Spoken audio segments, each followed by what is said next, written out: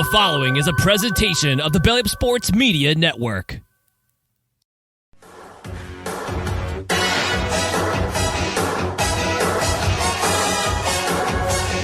This is the main event.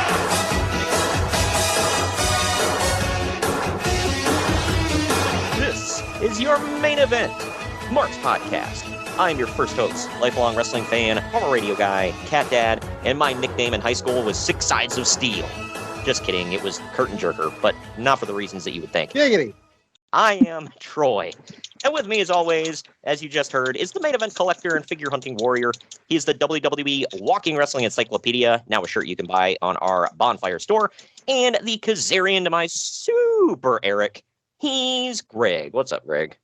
It's you guessed it, Kazarian. Oh, God. I forgot that's his new thing. I haven't watched it forever, so. Impact or not, 'cause he's been on Impact, I believe, but it definitely wasn't in AEW. Yeah. You guessed it. Thank you, Kazarian. Well, he can go to Impact. God, that sounds so terrible. Yeah. Well, he had to go somewhere where he could actually get TV time and not with sexy Chucky T. Got a promo last night, by the way, which, I'm still like, wow, that was masterful. Chuck Taylor had a promo? Somewhat of one, yeah. God. I saw the Sting segment. I thought was It's probably his weird. best thing he's ever done. It was funny, but kind of weird. I'm like, what? So you're meaning to tell me he had this whole promo play? Like, if this was real, he had this promo planned out long enough in advance where he stuffed his jacket with pom-poms. Like, I'm thinking about the practicality of that. Sting has always done goofy crap, and I've loved everything he's I feel done. like it was the first time I've ever seen him in a wrestling ring without tights on. Yeah. Normally he's wearing his. The exception being when he was in the Main Event Mafia, of course. But I was just thinking about that. Yeah, because normally he's wearing his wrestling like suit, yeah, whatever. and then he's got a merch shirt over it. Right. Yeah, because if anybody his age should be ashamed and cover up their body, it's definitely Sting. I never understood that. Everybody's like, my God, he's like pushing 60 or whatever. And it's like, he's in phenomenal shape, but he wears a shirt because, got to cover that up. Damn it, pal. Show off the vascularity. God dang it, pal. What happened to your Starrcade main event in Cannes? You're too pale, damn it. Go home. Either way, we are talking about, we kind of brought up Impact Wrestling in a roundabout way just a moment ago. We're actually talking about them today. It is TNA, back from a time when... And this might actually be a good one, folks. Right. Well, we're going back to a time when they were watchable, as opposed to now when it's like, what the hell are you putting on my screen, man?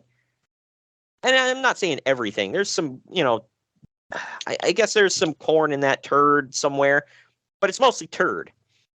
So one of those weeks where TJ blindly picked a good show. Right. I've been wanting to cover this one for a little while, and I'll say top to bottom, I didn't think this was like, oh my gosh, the entire show was a banger. But it had a good... Oh, that would be 2005, now in the archives. Yeah, that was pretty damn good, except for the opening match. That one was just... If it wasn't top to bottom. Yeah. Well, the opening match of that one was more like, first we were like, why is this on the show? And then after what happened from that, we were like, why was this on the show? But either way, we will have a lot to talk about in the show today, and we do have a decent amount of news that we're going to get into.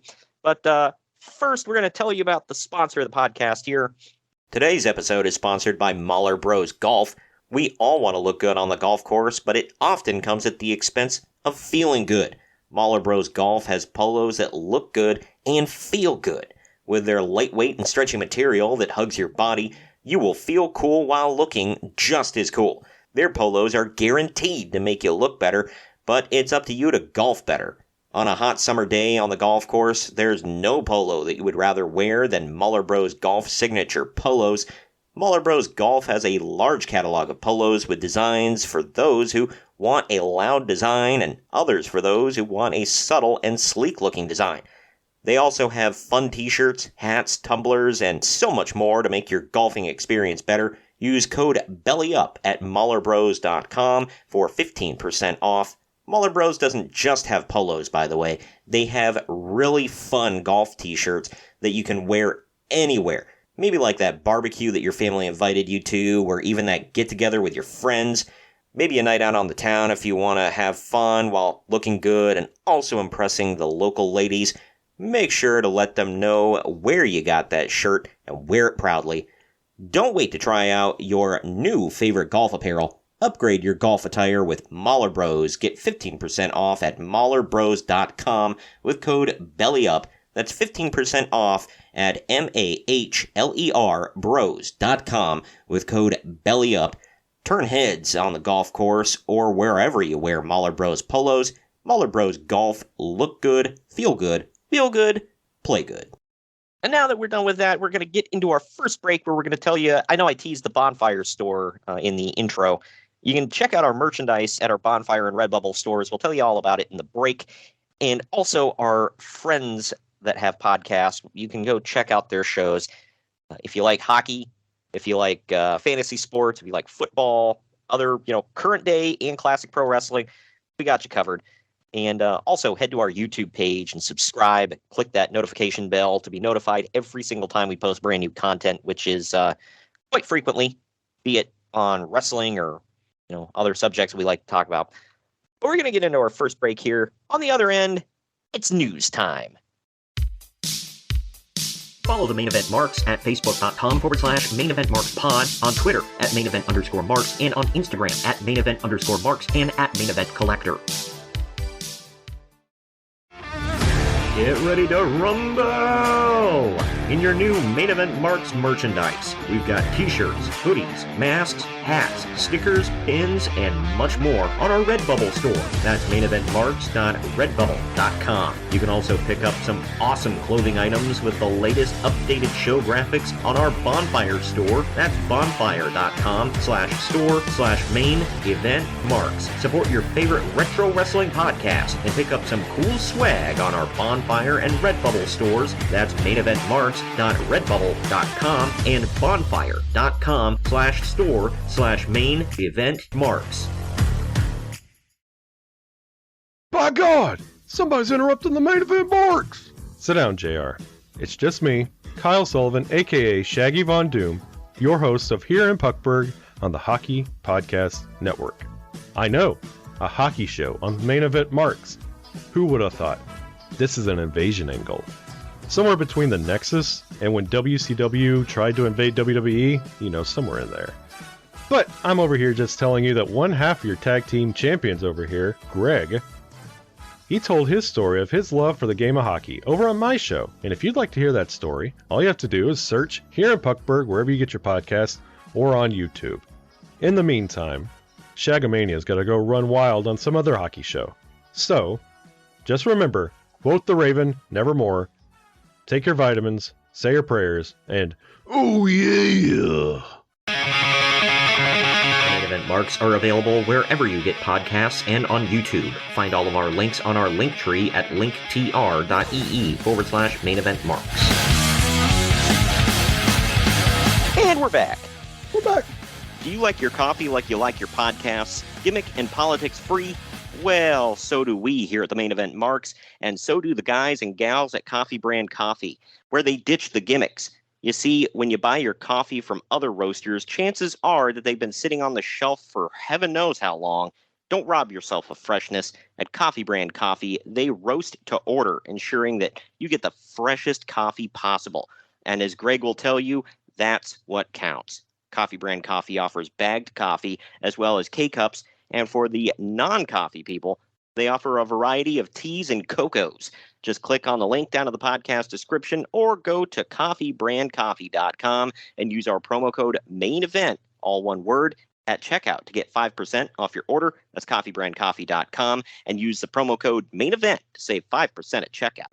It's news and notes time. So you know Bottled water this week, nothing to crack. Yeah, I'm drinking out of a glass, so if something cracked there, I'd be in trouble. But let's hit the news. That is correct. Shut the fuck up, Dave. Everything that guy just says bullshit. If Alvarez ever said "shut the F up, Dave," I think Dave might spank him on air. don't talk to Daddy like that. Get over my knee. Get over my knee now. It's like I just saw this meme of like Sting and Ric Flair going nose to nose and whatever. It's like when your dad stands up to you, it's like, I can still take you. Oh yeah, that's that no context Flair meme thing. Yeah, I follow that too. Yeah, I love that. But first story, I've only got one TNA story here, and it's regarding somebody in the main event. So Samoa Joe's TNA contract has been the subject of discussion for several months. Joe recently took part in a media conference call and said that his TNA contract was expiring soon. This was apparently intended to play into the storyline that Joe was unhappy with his TNA deal. In reality, Joe is signed to a long-term deal that and will be with TNA for at least the next year. However, PW Insider reports that an issue did arise recently surrounding the ownership and usage rights of the Samoa Joe name and character. Joe owns the name and character. However, TNA wanted to have exclusive rights to license the name in the future. This would prevent Joe from going to another company as Samoa Joe. This issue has come up with the company before, with Loki, who changed his name to Senshi in TNA, and Amazing Kong. Who that's why. Awesome. I thought it was something else. Because he was said also Talia Madison and whatever Angelina Love's name was to begin with. Yeah, was it? Yeah, Angel Williams and Talia Madison. Yeah. I'm gonna say that's like TNA was finally getting into, well, we need to merchandise these names mode. And they were finally getting into having a brain mode. Yeah, right. Which, I mean, makes sense. Low Key, I know, had given a speech like when he was leaving Ring of Honor. He's like, well, Low Key is my Ring of Honor name, and I'm not going to use it anywhere else but here because, some BS reason. And then he goes, does the Senshi thing, comes back, and then goes literally everywhere else, including back to Impact Wrestling as Low Key. So, yeah. Remember when he came back there for a bit where like he was cosplaying as the Hitman? Yeah. That was something. But anyway, they also did it with Amazing Kong, who is now Awesome Kong in TNA. This dispute went on for several weeks, but was then resolved, and Joe retained the licensing rights to his name and character. And he obviously still owns those to this day because he goes everywhere as Samoa Joe. Good for him. Just like CM Punk, like they bought their names and merchandising rights and all that. I feel like that used to be a thing, like way back when you just kind of owned your name and your gimmick and your likeness and whatever. And then WWF decided, no, we're gonna change you and we're gonna market you like in WWE, and then or WWF at the time. And now it's kind of going back to that because like Santino Marella bought his name. William Regal, I think, owns William Regal. And was it Matt Cardona bought Zack Ryder, didn't he? He tried. He gave up on it because they were going to fight back, and he said he couldn't beat their lawyers. Oh, really? Wow. They were fighting back on buying Zack Ryder? No, they were fighting him on buying it. Not buying Yeah. it. I guess right. so, but... Huh. Well, you gotta admire somebody that knows not to take on, like, that lawyer. Yeah. Well, the thing is, I think he's well known enough at this point as Matt Cardona. Well, when I heard his plan, I'm like glad he lost. He didn't get it or lost, whatever you want to say, because he was going to have a cinematic match with him versus himself. That was his ultimate plan. Why does he like terrible things? Like Ethan Page is a good friend of his, so apparently that started as a joke, and Impact effing ran with it. So, yeah, supposedly Ethan Page was just like effing around about it, and Impact's like, "Oh, that's great, we're gonna do it," and he's like, we don't have to." They're like, "No, it's great, we're gonna book it." So, I think that was money, right? But yeah, Zack Ryder likes that, wanted to do that crap. He loves GCW apparently. Now he's doing death matches and stuff. So yeah, he likes the garbage stuff. He's teaming up with that chick that got fired from NXT not a year or two ago. Yeah. Can't remember what the hell her name is. Yeah, which I don't know. I haven't seen enough of her matches to gauge, but I'm going to assume if she didn't stick around, she wasn't all that good. Is there pun intended in there? Yeah. Well, I just I'm assuming she wasn't all that great. but I don't know. I could be wrong. They cut her. Yeah. I don't know, man. He's also a big proponent of PBR. So you and I kind of discussed, like, obviously you're not a drinker, but it's like, that's like the lowest end, like, I found money in my couch, I can go buy a 6-pack kind of beer. I just love how he goes, oh, I got back from a show and I couldn't wait to get home and drink PBR. Like, you're freaking lying. There's no way in hell you mean that. Yeah, it's like, dude, either you're a, like... He said this when he came back from Australia. I'm pretty sure Australia is known for good beer. Yeah, right. It's like, either you're a broke frat boy or a, like, down south, like, truck driving white dude grilling out on his back deck on a Sunday or something. Like, those are the only two people who really enjoy PBR. And he is white. Yeah. But it's like, you're from Long Island, man. You should be, like, with the way he looks and acts, I'd figure that he'd have White Claws flowing. But no. His wife's from Canada. She probably drinks better Molson than he does beer. Yeah, right. Well, yeah. Being from Canada, she probably likes to chew her beer. Right. Anyway, Stephanie McMahon Levesque has become less and less involved in the day-to-day creative team meetings for WWE as she has in the past. ProWrestling.net reports that she now relies more on lead writers Brian Gerwitz and Michael Hayes more than she has in the past. She is said to be getting more involved in other areas of the company, but is spending more time with her daughter and getting ready for her second child, who is on the way. There is said to be a lot of frustration in creative due to the increased workload. The frustration isn't necessarily directed at Stephanie, but the workload is starting to get to people. Yeah, bro, I told you this, bro. Yeah, right. Bro, why do you think I left, bro? To go book the same amount of wrestling in another company, bro. They'll let me do whatever I want, bro. Yeah, right. Bro, I can have boobs on every show. I thought Sable was something. We have a girl named Major Guns over here, bro. Yeah, right. And it isn't because she's small, if you get my drift, bro. It's not because she likes the Second Amendment, if you know what I mean, bro.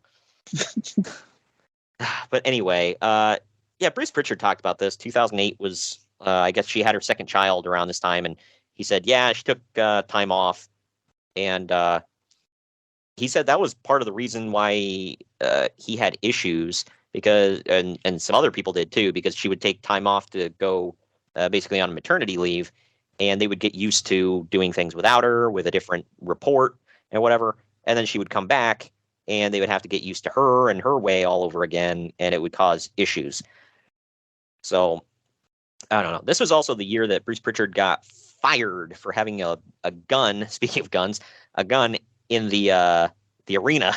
And apparently he was not supposed to, or no, it was I think it was the office. Yeah, he pulled out a gun in his office. Allegedly! Like pointed at anybody or anything, but he wasn't supposed to have a gun in the office. For some reason, he had one like chilling in his desk and decided to whip it out one day. Where's he from? Houston. Oh, there you go. Yeah, right. Oh, what do you mean? Dad, in Houston, we got one in every drawer, and I got a couple in the car, got a few under my bed. I will never forget going to a mall in Texas and it's saying, please do not display or open carry or something like that. I'm like, oh my God. Yeah, I think Texas as a state is open carry. I could be wrong. I don't know. It said do not display or open carry, so it must be, and they don't want it in their mall. That's all. That's how I took it. Right. Yeah. There are businesses like certain movie theaters will tell you it's like, even if like some movie theaters are more lax about it, where they're like, you can have your gun, just, make sure it's concealed. Others are like, no guns, period. Leave them in the car, whatever the F.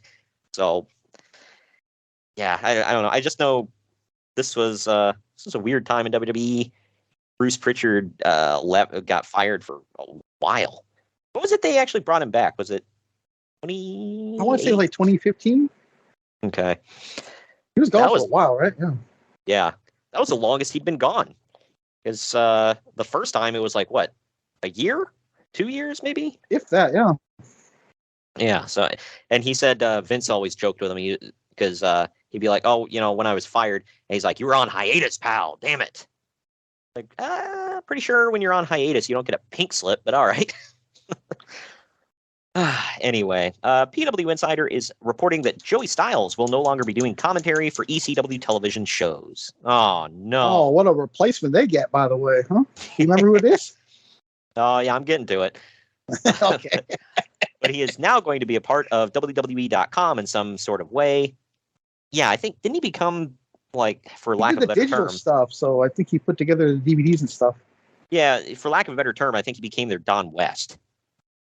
Because I know he was in charge of, like, merchandising there for a while.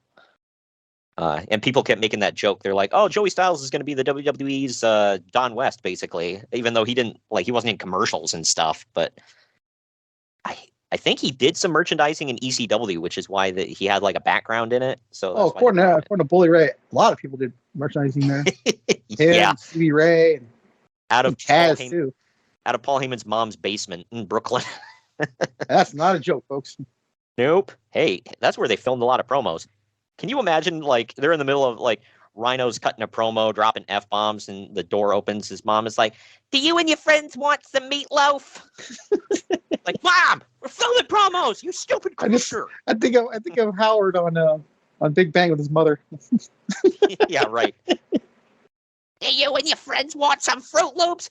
No, we don't want Fruit Loops. You want a popsicle? Yeah, grape. We don't have any more grapes. Cherry's fine. Thanks. But Styles will not be headed to SmackDown, and Mike Adamle will now be announcing ECW with Taz. That was probably the greatest hire in history. Yeah. Like, look, I try not to bash on Adamle too much because I guess he has some brain issues from his football days. So I don't know that. I don't know if that's the entire excuse. I know that came out after a while. I don't remember being that bad on Gladiators. Yeah. Well, Gladiators was pre-taped, so that's true. Maybe they were like, dude, that sucked. Do it again. Yeah, right. But maybe that's why they relegated him to ECW. But he had flubs on ECW, and that was pre-taped. Like Jeff Hardy. Like, oh, called man. SummerSlam. Was that him that called it Summerfest? I think it was him. No, that was Jeremy Piven. Oh, okay. Yeah, that's another one. This was around that era. They were bringing in the guest hosts every damn week. It's like, that was awful. I actually like Jeremy Piven too. That's. But I guess in November, Styles signed a 5-year deal with the company and was moved to Raw until he, quote, quit during an angle around 7 months later. That was so awkward. Like, you remember that whole thing? He's just like, well, I quit. And he just, like, walks out. There was never no reason for it. I think he just snapped. Right. Like, I can't take it anymore. There's not enough blood and strippers around here. I got to go. And I'm used to working alone. Yeah, right. Look, I'm used to calling matches between two drunk guys making each other bleed all by myself.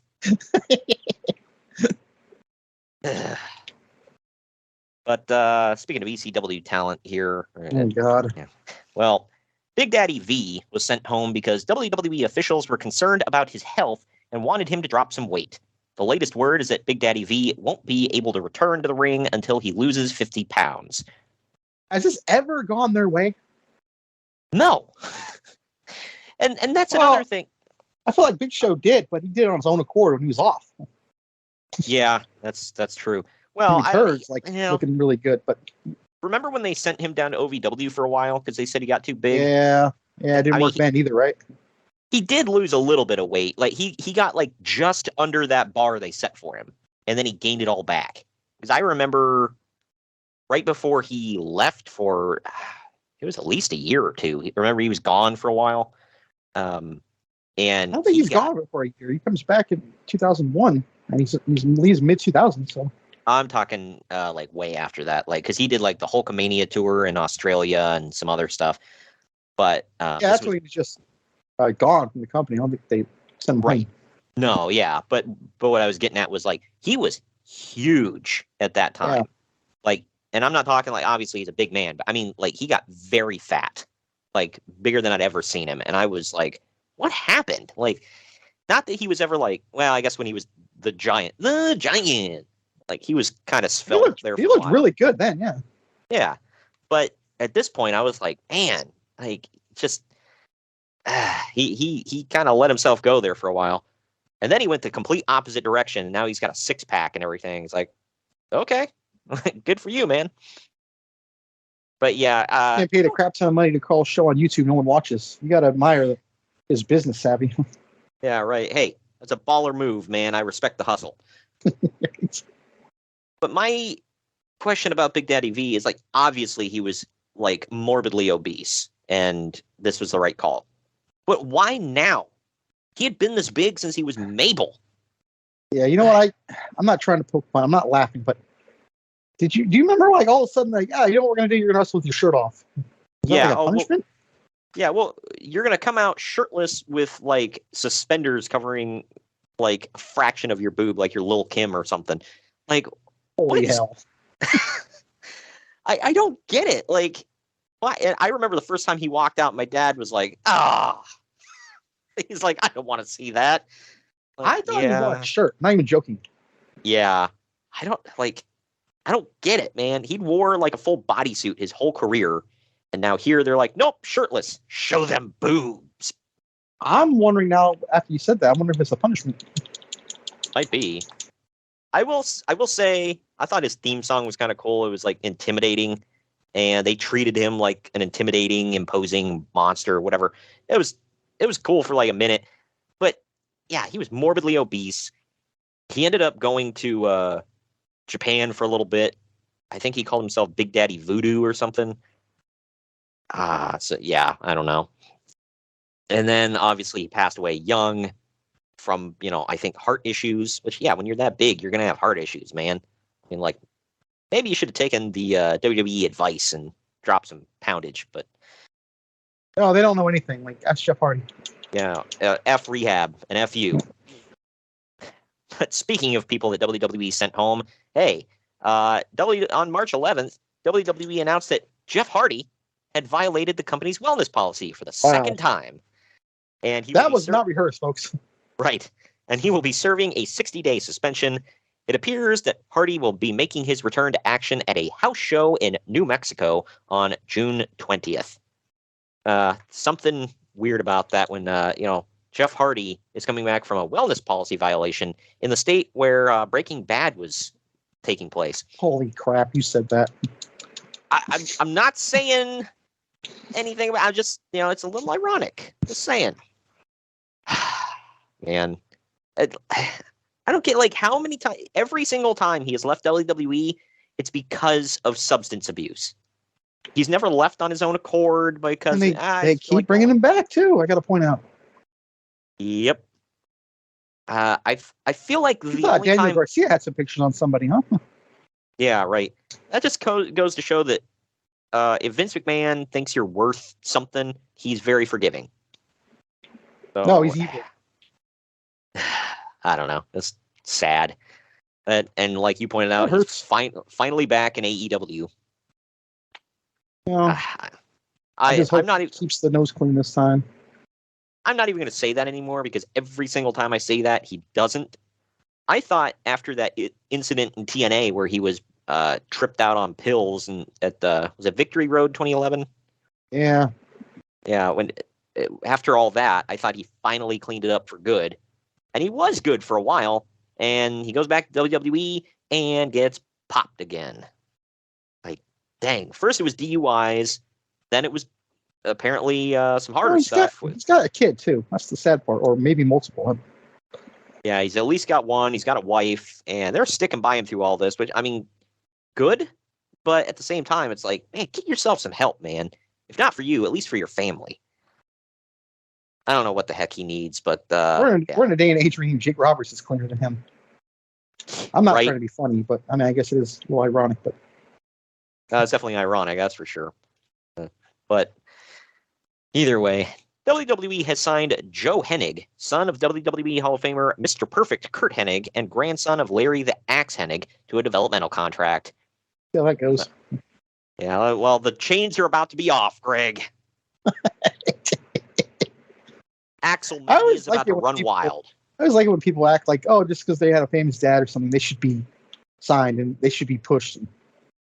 Yeah. Settle down. I mean, I thought he was a decent wrestler, but he wasn't like he didn't have that it factor. The fact that I will say, like, man, you want to saddle a dude right off the bat, though. They called him freaking was it something McGillicuddy? Michael McGillicuddy. Yeah. That's already a mountain you gotta climb, man. It's just God. But I will say I thought it was funny that his finisher was called the McGillicutter. That's so lame. the wheel of names, dude. Yeah, right. Axel, hell was it? Or Curtis Axel. That was okay. But you remember, like, That was a apparently layup, is what it was. yeah. Well, what was funny was you see they had to change their mind on it like the day of the show because his Chiron said, or the Minitron, whatever, said Kurt Axel. And they're like, no, that's too on the nose. Let's go with Curtis. I'm surprised they didn't spell it with a K. Yeah, right. No, we're gonna change it up just slightly. It can't be Kurt. It's what's one of the most unappealing male names of all time? I got it. Let's go with Curtis. Because when I hear that name, I think big tough guy, not your accountant. Holy crap! You said that. WWE has banned photographers from ringside at television tapings. The company feels that they are showing up too prominently on HD broadcasts, so they will now have to shoot from the area where WWE sets up their stationary TV cameras. Photographers will still be allowed at ringside for house shows. I have no problem with this. They were always getting in the way. Like, you remember those days? I do. It's like constant flash. SummerSlam '98, I think, was the worst. Yeah. And maybe WrestleMania 14. I can't remember which one it was. It was where they kept getting in the way of Shawn Michaels. Was it? Oh, it was WrestleMania 11. They kept getting in the damn way because they were all there for LT. Yeah, weren't they getting like bumped by people? Where not like wrestling bump, like bumping into when they're on the outside. They're always. Yeah, I think so. And they were constantly getting in the way. I think Shawn Michaels went off on one of them because he wouldn't get the F out of his way, and he kept having to shove him. It was ridiculous, man. But yeah, and the constant flash bulbs. If you don't know what a flash bulb is, Google it. People listen to this don't. Yeah, yeah, that flash that your phone does. It's the flash that your phone does. Yeah, right. Well, it used to be an actual bulb, and it was installed in a camera. And some of them, the bulb would go out and you'd have to go buy a new one and screw it in and whatever. But, screw it in. Some places still sell disposable cameras. I'm kind of surprised by that. Some people still pay to get film developed. Yeah, right. But the word around backstage at Raw from London, England is that WWE is bringing back the King of the Ring tournament. Next week's 3-hour live Raw. Oh, remember when that was a special thing? Yep. Will be built around a one-night King of the Ring tournament. From what we understand, the whole tournament will take place on Raw. It looks to be an 8-man, 3-round tournament. Do you remember who wins? Isn't it Regal? Yeah. And then he violates the wellness policy. Right. Booker was before this, wasn't he? In 4? 5? 6. Was it 6? Okay. Yeah, they took a year off, brought it back, gave it to Regal, which was funny because Regal was on King Booker's court, and now he is the king. So, yeah, if there's one guy in that whole company that I feel like the King of the Ring worked for, it's definitely Regal. It was perfect for him. Everybody else, it feels kind of forced. You're cosplaying as a king, whatever. But Regal, I feel like it fit perfect. A British king? That's kind of lazy. Yeah. And then the word was, because he was being pushed pretty well around this time. They were getting his knee trigger, or knee shiver, whatever, over. And I don't know, then yeah, like you said, he violated the wellness policy, and well, that was the end of that. You sent me that quote by Cornette talking about where Brian Last said that, about a month ago, Ricky Starks was the top babyface in the company, and Cornette was like, well, they effing fixed that. That one really got me, dude. Yeah, it's the quote from Office Space where he's like, we fixed the glitch. We fixed the glitch. It's like, man, that meme worked so well. Yeah, it's like, wait, you're not supposed to get over. What the hell? I'm gonna crush you like a bug. Got to get people like Daniel Garcia over, because he's worth something and he'll be a future star. Man, the pictures he's got are worth a damn. Man, can you see on the marquee of All In or whatever the hell it's gonna, Daniel Garcia versus whoever the world champion is. Man, that'll sell tickets in the fives. You want 100,000 people in Wembley? Yeah, Daniel effing Garcia, man. Get him and Nakazawa on the card, and you're just selling that place out today. Asses in seats, man. Well, I haven't used this one in a while, so shut up and take my money. There you go. I said. Yeah, right. But speaking of that show in England, John Cena did not make the trip with WWE overseas because he's currently filming 12 rounds in New Orleans, Louisiana. Yeah, he should have took the trip and had some movie. Yeah. Did you not like 12 rounds? I did not. I actually liked that one. I thought it was pretty good. That one and the Marine, I liked. They're both. I did like the Marine. I mean, they're both kind of corny action films, whatever. But I don't know. I thought they were decent. I didn't watch. I feel like the only WWE film movie I ever liked was The Condemned. Dude, that one, I saw that one in theaters. That was awesome. Cena usually has Mondays off for filming so that he can work Raw. However, it was a different situation because WWE is out of the country. Speaking of movies, though, I completely forgot this existed, but The Rock's next two films, Escape from Witch Mountain, will be released on March of 2009, while Get Smart will come out in June. I never seen Witch Mountain, but I saw Get Smart. I saw them both. Escape from Witch Mountain, let's just say there's a reason I forgot it existed.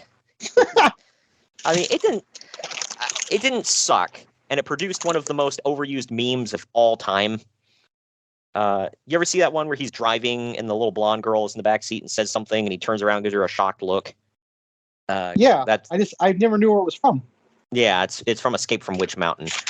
Okay. But there you go. That's the only thing that movie ever produced that was worth a damn. But it was based on an old. A little liberal with worth a damn. What you think? Yeah, I want to say it was a remake of an old Disney movie. Looking it up right now. Escape to Witch Mountain. I'm sorry, not from. It's an old Disney film way back in the day. So that 75. There's been quite a few Disney films. Right. Yeah, this one. Yeah, because they back in the 70s. Was Moana a Pixar movie? What was it? Was Moana a Pixar movie? I think it was technically Disney. I don't think they categorized it as Pixar, but it had that same computer generated. Yeah. It's all under the Disney umbrella. That was that last one you did. Was based on the ride? Jungle Cruise. Yeah. By the way, I'm wrong all the way around. There was a movie, Escape to Witch Mountain, that came out in 75, and then they made a remake in 95, and then this was Race to Witch Mountain. But whatever, it's all the same. Whatever. The little kids are aliens. The Rock is like trying to help them out, and whatever. That's the only part of the plot I freaking remember. Like they had to help them. That because actually, it's Race to Witch Mountain. They had to get he had to get the little alien kids to their spaceship on Witch Mountain, and the government's trying to stop them. So whatever. Get Smart was pretty good. I like that one. When you break it down like that, it sounds like a piece of crap. I mean, it wasn't memorable. But yeah, Get Smart was pretty good. I like Steve Carell. Wasn't that movie loaded with people like stars? Yeah. Hey, Great Khali was in Get Smart, wasn't he? I don't remember. pretty sure he was, or he was like some like big guy, and like I can't remember what Steve Carell started like trying to disarm him by like asking him personal questions, and then he asked him something about his mother-in-law, and he started like crying. He great call. He's like, she's such a bitch. That's the only part I remember, but yeah, Steve Carell's great. If he's in it, I'll at least give it a chance. Even garbage like Evan Almighty, I still watch it because he was in it. But reports are circulating that wrestlers were upset with The Rock at the WWE Hall of Fame ceremony because he left before Ric Flair's speech. Apparently, he rubbed some people the wrong way by doing a lot of comedy before really getting into the speech. I mean, it's The Rock. What do you expect? Like, he's gonna give a speech like Lance Storm? Like, good God. But The Rock had to leave to return to filming Race to Witch Mountain in Las Vegas the next morning. Oh, how dare you leave this ceremony early? Which, you remember the one we went to? It seemed like more than half of the roster left before, like, about halfway through the show. Yep. That's because it did go on forever. Yeah, because I remember when it kind of sucked because Goldberg got up there and was doing his thing, and he called out, I think, Roman Reigns, who had left like an hour before he got on stage. I'm like, oh God, that's kind of sad. I mean, AJ had his ass planted in that seat because he wasn't leaving for that, but no, because weren't they bonding over the football team? Yeah, oh yeah, he played for the Bulldogs, he played for the Falcons, so that was right up his damn alley, man. Yeah, and he mentioned them, and Styles was going crazy, clapping. Yeah. Hey, you know what? And just in the style of his favorite football team, Styles lost in the Superdome, so there's that. Come on, I had to. It was right there. I'm sure the Bulldogs lost the national title in the Superdome at one point. That's insinuating that they got to the national title, but yeah, we'll go with that. I'm going to piss off some Georgia listeners. I have nothing against the Georgia teams, in all honesty. It's okay. Go blue. F that. Buckeye's going to take it all this year, man. Yeah, take another L. Hell no. We're setting that ass up for a beating, man. Like, we're They have a full freshman squad this year. Yeah? Got it. Hey, believe, man. I do. In blue. Blue doesn't exist as soon as that first kickoff of the season happens. That can go straight to hell. I'm already breaking out my Buckeyes colors. Oh, joke's on you. Michigan is hell, so. There's literally a hell. Well, there's literally a hell Michigan. So, yeah, I don't know if you're trying to be funny there, but that is correct. Either way, speaking of hell, I like how a couple of my teams are from cities that are pieces of crap. Yeah. The Oakland A's, the Wolverines, the Golden State Warriors are even in San Francisco now. Well, and then your Raiders are now in Las Vegas, which is literally called Sin City. Which is probably the nicest of all of them, to be honest. But which is sad as hell. But former Four Horseman Ole Anderson said that he turned down an offer to be a part of the Ric Flair tribute on Raw. Because Flair lost to Kurt Hennig on TV. What good is he to him now?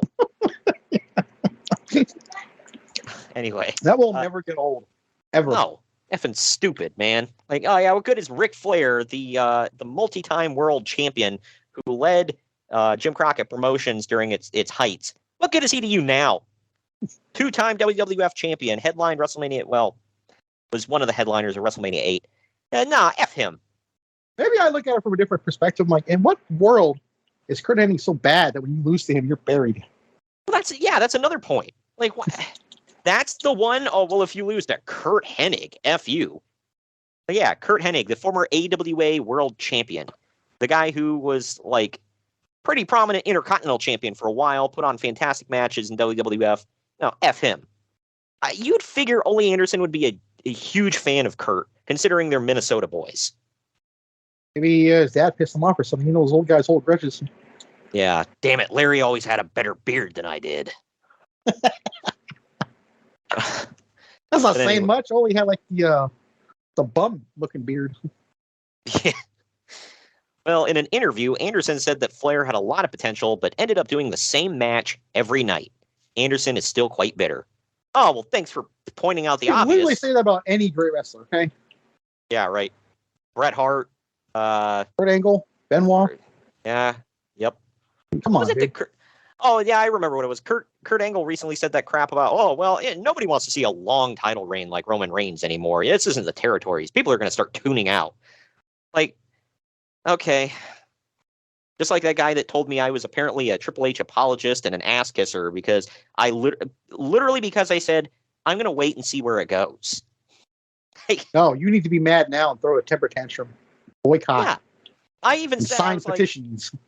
I even said, it's like, yeah, I would have preferred Cody to win. However, I don't know where it's going. I'm going to have faith that, Triple H has done well with this so far. Let's see where it goes. And he was like, oh, you're kissing Triple H's ass. It's like, dude, if you only knew. Like, I am not a Triple H fan. I'm a fan of his booking. I like that. But I've never been accused of being an apologist for him. Whatever. It's like, oh, I'm sorry, I don't cry on the internet whenever somebody loses a match. Was he a freakazoid or was he one of those ones that jumped, quote unquote jumped? Oh, I don't know. I refuse to go and check out his profile because I'm like, oh, it's just probably just like the worst of crap. He stopped responding to me after a while. Oh, this guy's not even worth it. Yeah, right. Like, you're just gonna keep telling me I kiss ass because I'm not crying. I mean, whatever. WWE Hall of Famer Bobby the Brain Heenan recently returned home after spending the last several months in the hospital. In December of 2007, Heenan had reconstructive surgery on his jaw. After the first surgery was unsuccessful, Heenan is still unable to speak. That's hard, man. That's hard to take. Considering he's known for speaking. Yeah, one of the best talkers in the history of the business lost his ability to speak. Like, that's awful. I mean, it would have sucked regardless, but just like Conrad Thompson had brought up, he was like, dude, can you imagine if Heenan was still alive and able to talk in like the age of podcasting? Dude, that would be amazing. Of course he said that. Well, yeah. I mean, he's always thinking about that stuff. But I mean, he's not wrong, though. It's like, can you think if Bobby Heenan had a podcast? Dude, that thing would be amazing. It would be comedic. It would be historic. It'd just be a fun time. I would like. Yeah, I listen to Jim Cornette. I know. Oh, God. Yeah, well, the difference is Bobby wasn't bitter and angry all the time. Hold on, we don't know how he would have been later in life. We don't know that. I guess so. But by the time he died, he wasn't like screaming and cussing and yelling about politics and angry with everybody. Not to bring this up, but how could he yell? Well, I'm saying if he could talk. Oh, well, I guess when he could talk, everybody said he was still in good spirits. Like, obviously it sucked he couldn't talk, but they said he found ways to communicate, whatever, and they said he was still like joking around and whatever. I just feel like Stephen Hawking was a jokester in the way he quote unquote spoke. So there's that. Yeah, I just like some of Cornette's stuff is funny, but a lot of his humor boils down to like middle school like stupid humor, like his nicknames for freaking people like Vince Russo. You couldn't come up with anything better. Like that one is just that one's not only lame but lazy. It would have been fun to hear Bobby Heenan joking around and talking about the good old days and whatever. And he would have still hated Hulk Hogan. It would have been called Picking the Brain. Oh my gosh. That right there, man. See? Anyway, former head of ECW and current owner of indie promotion Pro Wrestling Unplugged, Todd Gordon, is retiring from wrestling. He says, quote, "It's not a complicated story, folks. A member of my immediate family is gravely ill, and both my physical and financial resources must be devoted to 24/7 healthcare. It would be Meltzer reports that's fake. Yeah. It would be virtually impossible for me to devote the time and energy needed to run PWU and my store and be a caretaker. Something had to give. It's been 20 blessed years in this business, surrounded by top-notch quality talent, both in front of and behind the camera. I will miss each and every one of them, along with all of you fans who supported me so faithfully." End quote. I am today's years old. When in 2000, I knew Todd Gordon did anything in 2008. Yeah, right. To which Paul Heyman said, "Get lost, bitch." Yeah, that sucks. I hope whoever he was talking about pulled through. But yeah, it's easy to say, well, it's not like he was giving up some, big opportunity running some tiny indie promotion, whatever. But at the same time, it's like, it's cool that he, was able to put priorities in the right order. Yeah, Todd Gordon was a big part of ECW, obviously. He did some stuff with the NWA after that, I think. And after he was unceremoniously thrown out of ECW like Jazz on an episode of Fresh Prince, then he didn't really do a whole lot after that. Well, speaking of these people, Greg, stop me if you heard this one before. Sabu has been missing bookings. Oh, man. He recently missed 2 conventions, a personal appearance, and a booking from Maryland Championship Wrestling. At the April 5th MCW show, owner Dave McDivitt said that Sabu had personal demons. No. Yeah. You mean the guy who jumped Hold on. through Before you things? say anything, I heard he's really sick currently, so hope he gets better. Yeah. I'm honestly surprised that he's in the shape he's in at this age with what he's put his body through. It's nuts that he can even walk. And I'm not wishing ill upon the guy, but seriously, this is another one of those stories that it's like, this could be any time. This could have been 10 years before this, 15 years before this. Like, yeah, I think we brought it up last week. Like, how the hell is Terry Funk still like functioning after all the stuff he's done? Yeah, right, that too. But yeah, Sabu and missing bookings go together like lamb and tuna fish. Lamb and tuna fish? Maybe you prefer spaghetti and meatball? Yeah, considering you're in America, if you don't like that, get the hell out. I don't know why. It's like people even get that reference, but I hope they do. Yeah, right. It's the second time in 2 days that like an Adam Sandler reference has just come up organically. I don't know. His movies are great. Stupid at times, great. Bobby Lashley's been training for MMA as of late. He's been training in both Colorado Springs and San Jose, which you brought up earlier. It is believed that he'll go public with his plans in early May when his 90-day no-compete clause with WWE expires. Lashley is also free to go to TNA when that clause expires. Yeah, he ain't going there.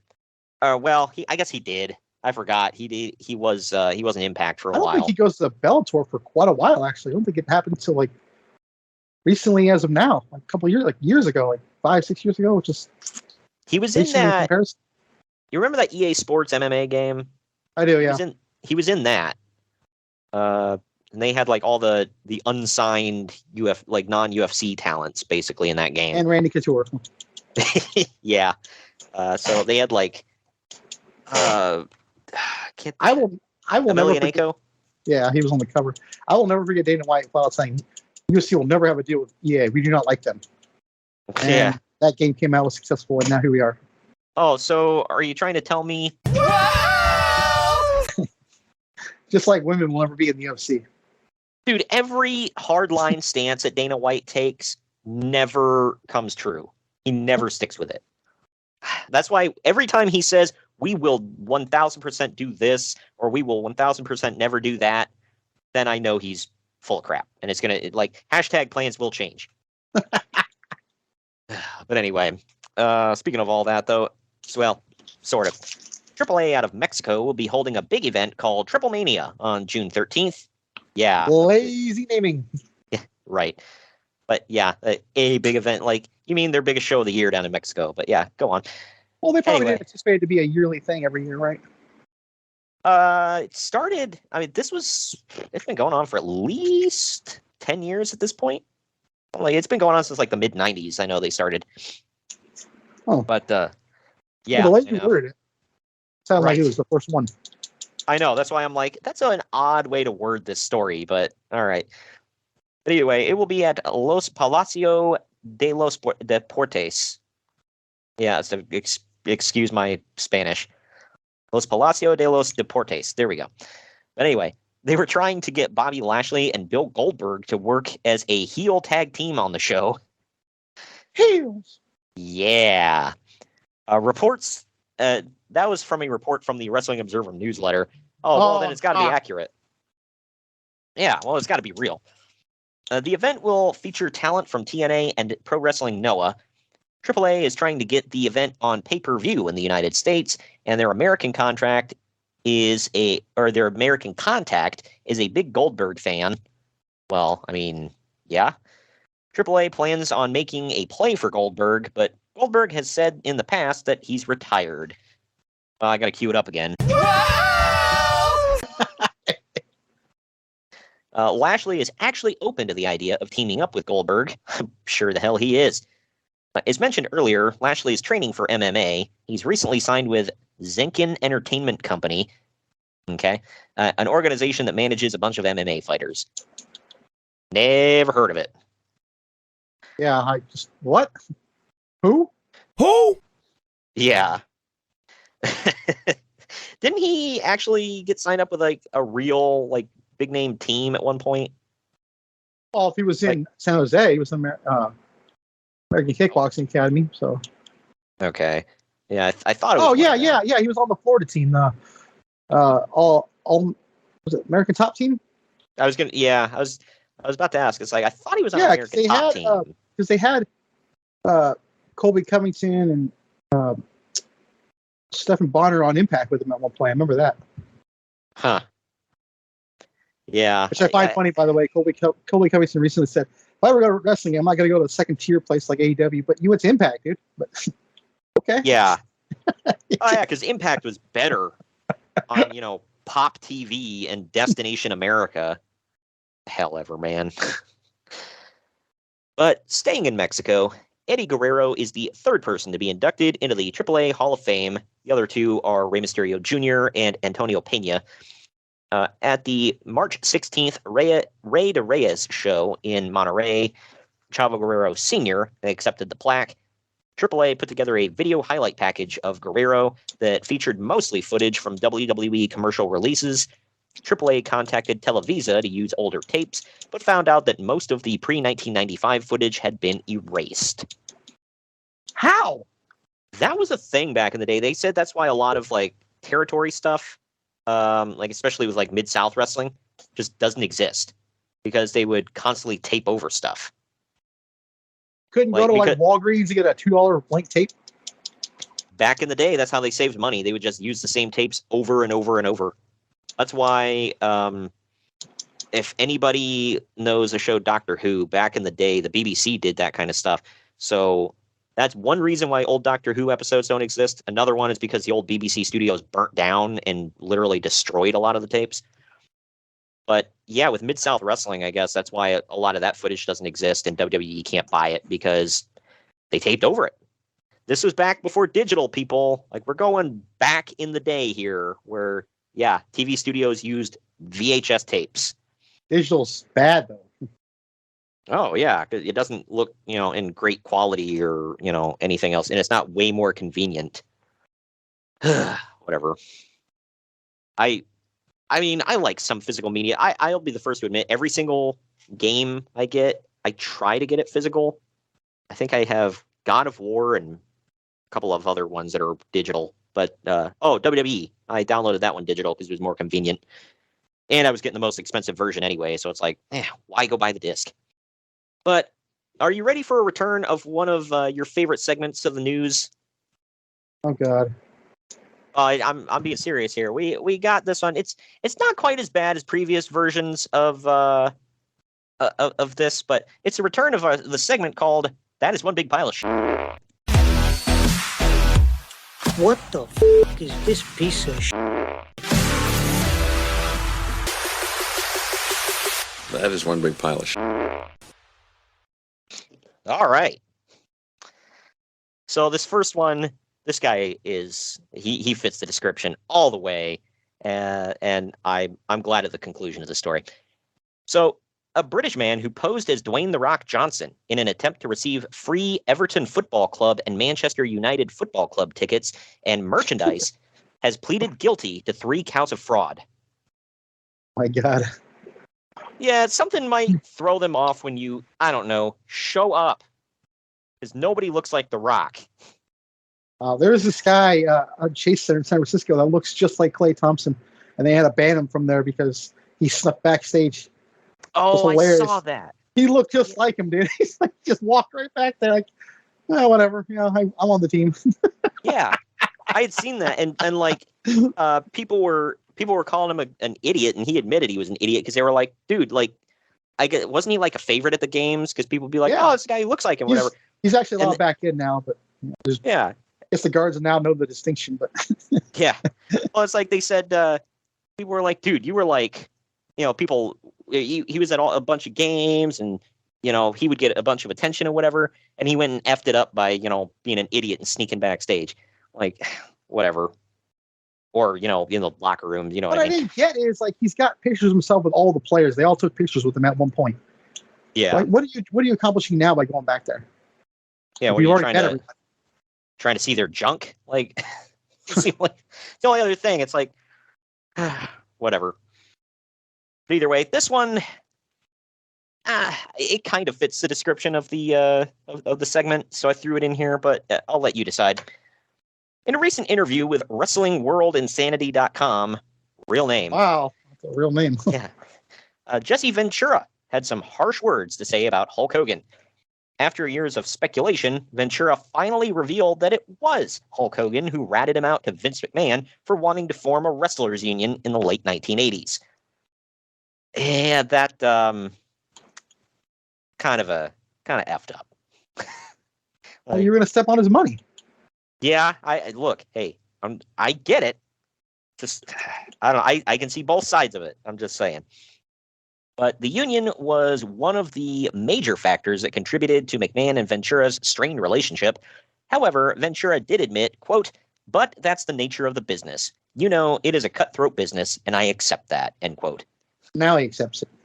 Yeah, he accepts it, but and says, "Well, I get it. It's the nature of the business, but he's still a piece of crap." Like, okay. He then went on to say, quote, "I don't have a great deal of respect for Hogan today. And one of the reasons is because of that show he does, Hogan Knows Best. This is just my opinion, but I'd never exploit my family that way to the media. I think that's grasping at stardom and attempting to stay on top," end quote.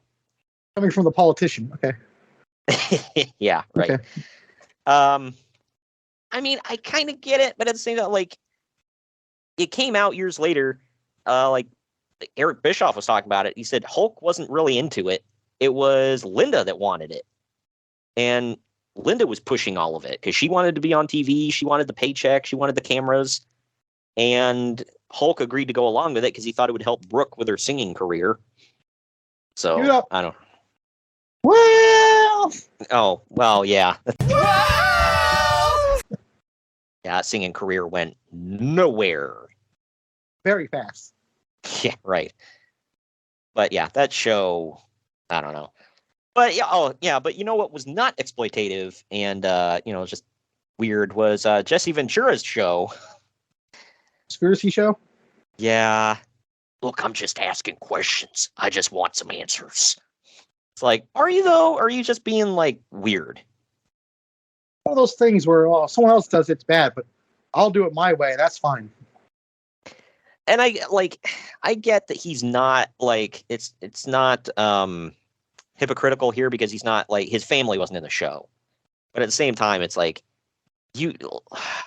that show was just bunk, and he's done. I can't comment. I've never seen episodes, so yeah, it was a lot of tinfoil hat kind of stuff, and then yeah, right. He's a weird dude, and he's also like said some pretty effed up things about some Navy SEALs in the past, and it's like, dude, like I used to like. One? He was. Well, he came out against the you know that Bradley Cooper movie, American Sniper? Yeah, it was fantastic. Yeah, well, he claims some like the guy in that movie was full of crap, and they had some issues back in the day and whatever. And this is after the guy's dead, by the way. I just want to point that out. Is this the guy that kicked his ass, by the way? It's supposedly, yeah. And I think he either he sued the guy's wife or the guy's wife sued him. I can't remember how it went, but yeah, it ended up in widow court or was he still alive? Oh, he was dead. Oh. So he sued a widow. Yeah. Oh, what a man. What a man. Yeah. Like I said, I don't know for sure. I know it ended up in court, and all this is just allegedly there. Well, that too. But yeah, it's not good stuff, man. I lost a lot of respect for Jesse Ventura. It sounds like a real piece of work. Yeah, real piece of work. But anyway, we're going to take our next break here because we're finally getting into the event. We're going to get into Lockdown 2008 right after this. Follow the Main Event Marks at facebook.com/Main Event Marks Pod, on Twitter at Main Event _Marks, and on Instagram at Main Event _Marks and at Main Event Collector. What's up, everybody?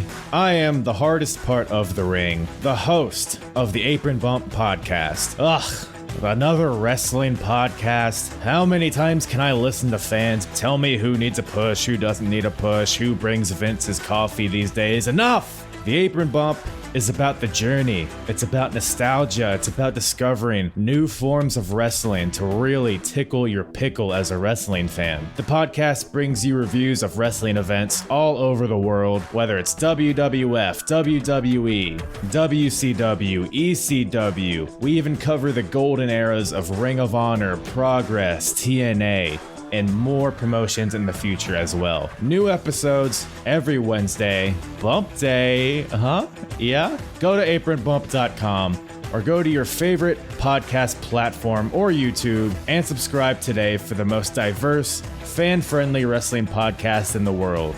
I'm Hard.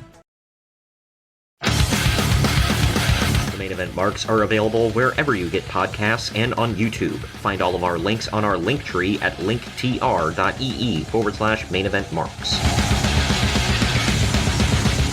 And we're back.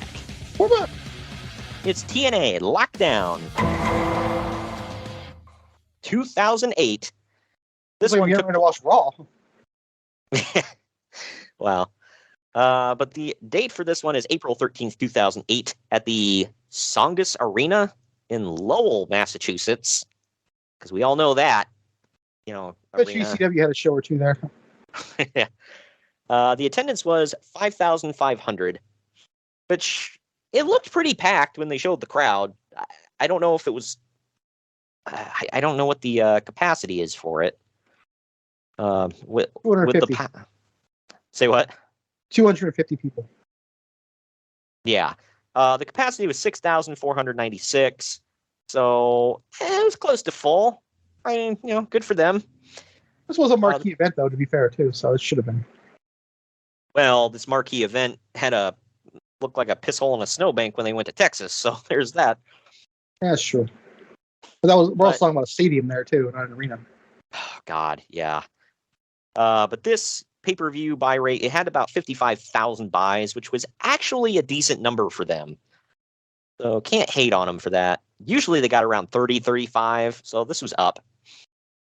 But we start the show off with Mike Tenay in an empty cage, spotlight on him. It was a pre-recorded video from earlier in the day, I believe, where Tenay was previewing tonight's main event match. We then roll the opening before coming back into the arena. When they light off all the pyro on the stage, everything, I think, actually looks pretty cool for this show. Like, it actually felt like a pay-per-view and not just a long episode of Impact for once. And then we go into the concept. I know. It just, you dress it up, you do some pyro. I mean, it works wonders, man. Oh, and get the F out of the soundstage. But we then go to Don West and Jeremy Borash in the crowd, who ask fans who they think will win the main event tonight. Go figure, they all say Samoa Joe.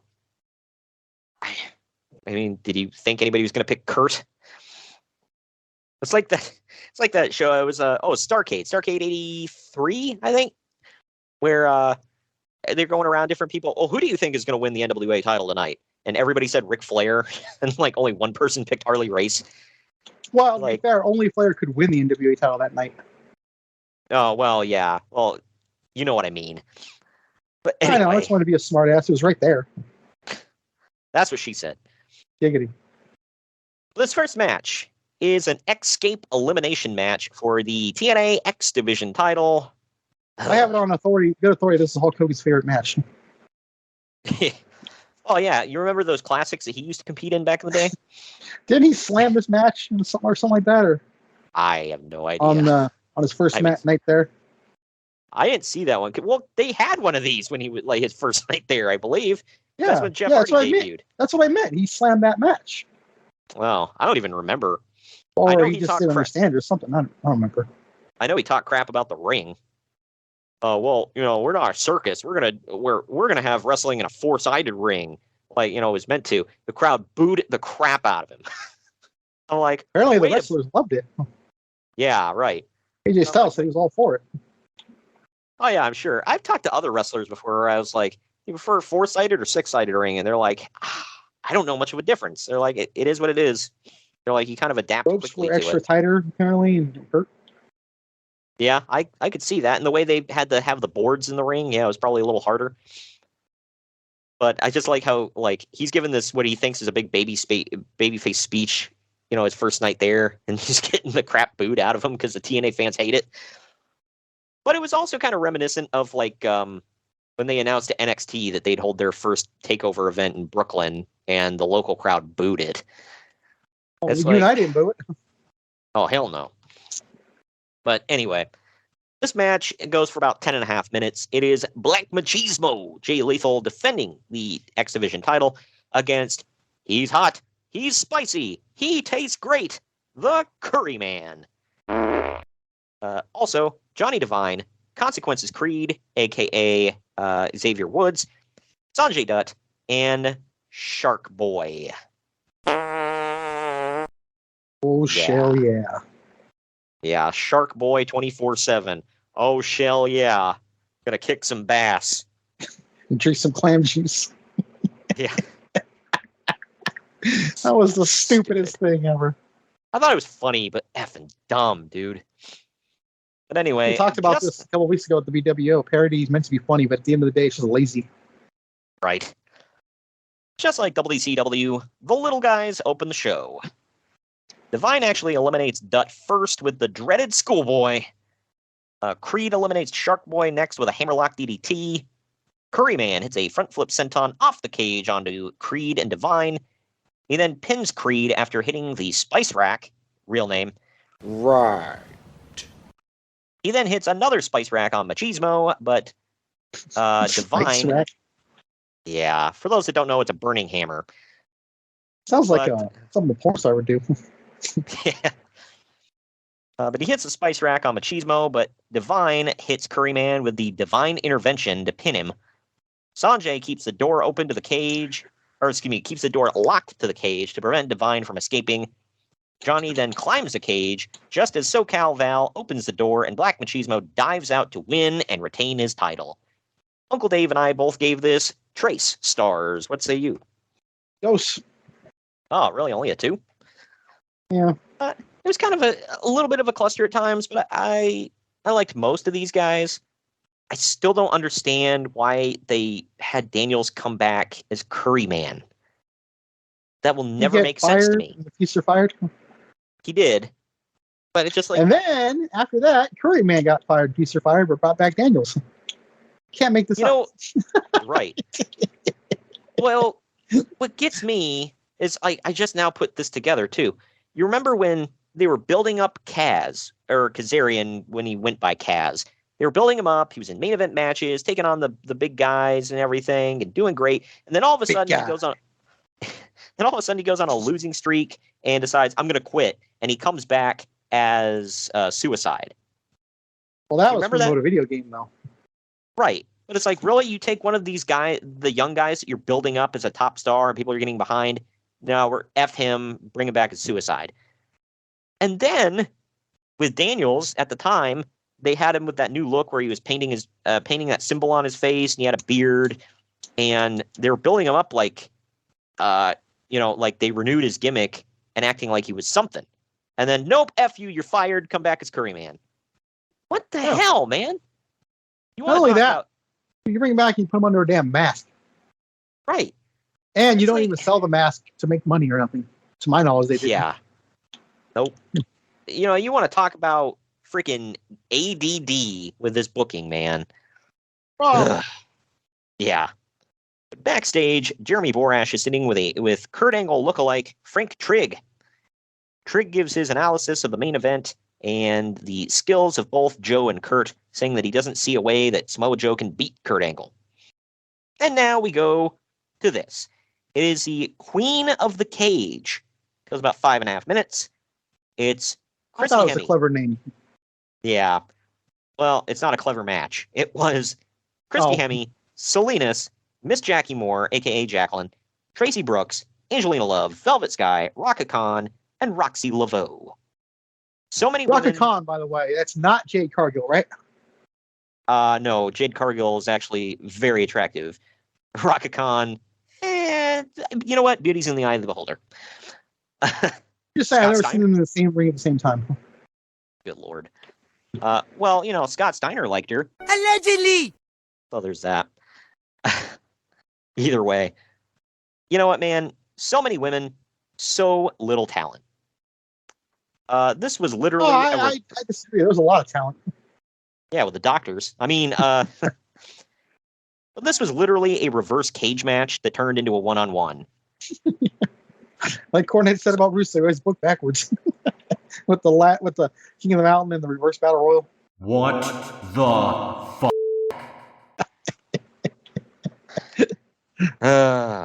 This sucked. But Vince Russo strikes again, man. Never had a cage match where they fight on the outside and escape into the cage. Yeah, right. You know, because that makes sense. But Angelina Love is the first one in the cage. Roxy Laveau is the second one in, making it a one-on-one between them.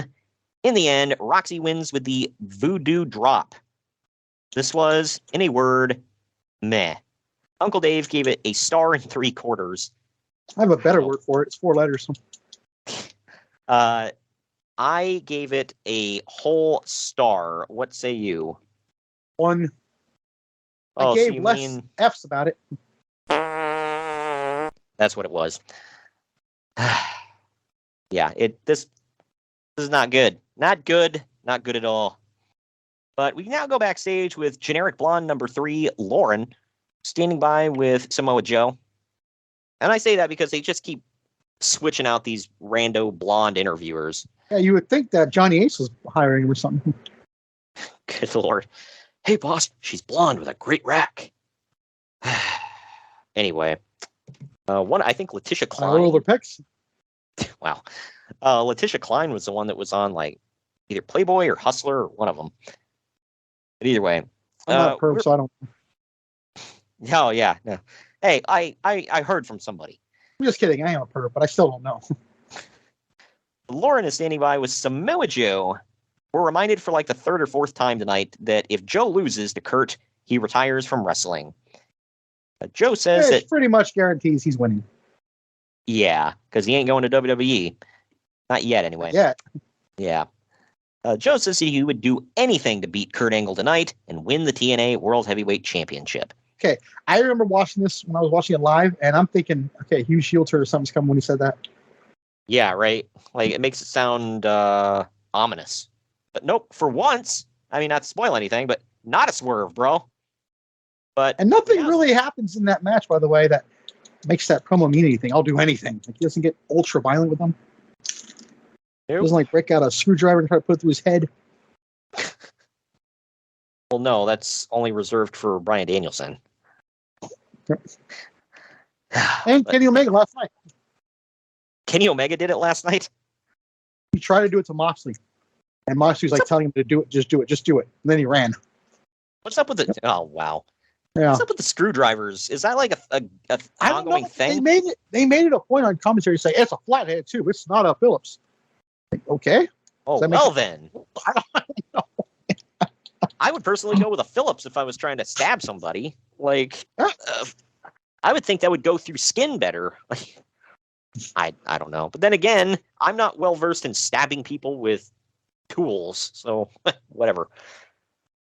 But now we see a video of Kip James saying that he'll become a wild animal in the cage with BG James tonight. He then does his best impersonation of Tiger King, claiming that he'll be like a tiger. And he's standing next to a tiger in a cage. Yeah. Well, you know what? He probably thinks that his next door neighbor killed her husband, too.